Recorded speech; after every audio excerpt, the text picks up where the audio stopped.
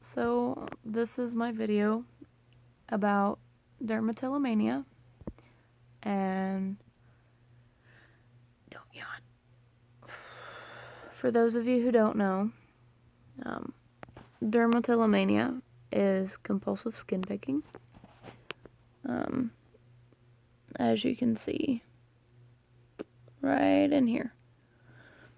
And you might not be able... Oop. Something startled him.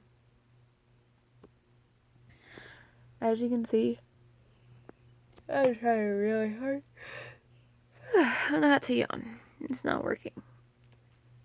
So, he does that too.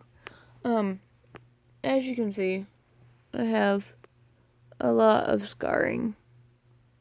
It's a lot, believe me, it's a lot worse than what it looks now. I just have a crappy camera. So, stop yawning. Long story short, and I'll try to keep this simple because I've already made 2 videos and they're longer than 12 minutes.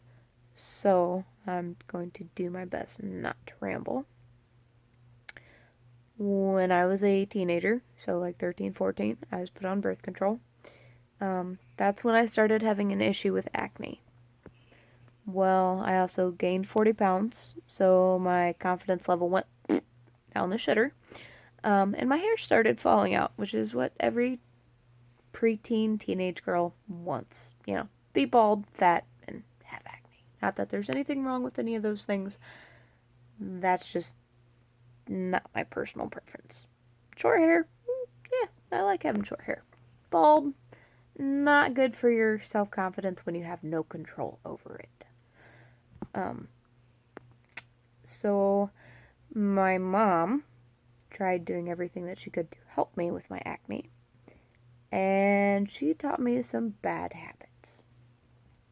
And I love my mom, and I understand that what she was doing was to help me as best as she could. But my mom is also a sufferer of dermatilomania, which she will not... She's conservative. And whether or not that matters, she has a very kind of old way of thinking about things. So she would not use the word dermatilomania per se, because she probably wouldn't know how to pronounce it right. But she admits that she picks at her skin. I don't think she necessarily sees it as a problem, but she's got 40 years of scar tissue on her face, and she and I conversate about her skin problems that I'm starting to develop because I'm doing the exact same thing that she is, or has her whole entire life. It's not her fault. It's my fault. I can't say that it is her fault. I understand her intentions were good. But also I was in a very bad marriage. It wasn't physically abusive, but it was mentally abusive. I already had shattered self-esteem, and when it was this big, he made it this big and kind of crumpled me up and threw me into a corner to forget about, per se.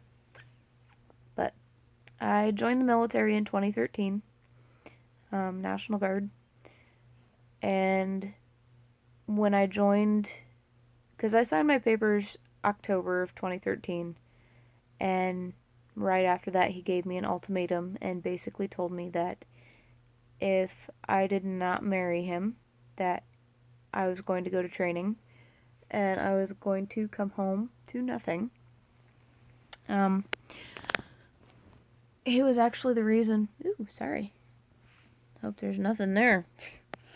Well, there's already not nothing there, but, he was the reason that I gave up my dreams of going active instead of being National Guard. So, I kind of knew that the relationship was doomed from the start, And you can't start a marriage out on an ultimatum. You need to get married for love, and I felt like I was pushed into it because I was, and I wasn't ready. And I had convinced myself for so long, for 4 years, that, he was the only person that was going to ever love me, because of all the issues that I have. I just thought that that's what I deserved, so that's what I took. While I was gone for 6 months, between basic and AIT, I did really well. I didn't pick in basic, but maybe a couple of times, and it was just really small shit. Had time to heal. And it wasn't until the 4th or 5th week before I came home that I started picking again. And that was because I was experiencing stress about leaving the people that I had come to know as my family. Because when you're in that environment, they are your family. These are people that would die for you. These are people that do die for people that they call family that they're not related to, And to leave people like that and go back to an environment that you're finally starting to acknowledge that this, hey, is not healthy, it's hard. It's very hard. Also, I think part of it had to do with the fact that I developed feelings for a girl in my platoon, which I've always been in a heterosexual relationship.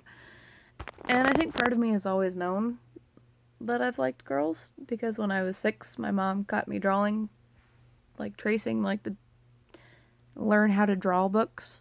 I would always trace, the naked women and just leave the papers in my room. And after she found them and made me feel really uncomfortable about it, I kind of suppressed a lot of that. So, long story short, again, I'm rambling. I'm sorry. I'm trying not to. I came home and I tried for a year to make it work. And I tried for a year to suppress my feelings for this girl. And she became my support system. She was gay. She is gay, obviously. Well, no. You know what I mean. Back on topic.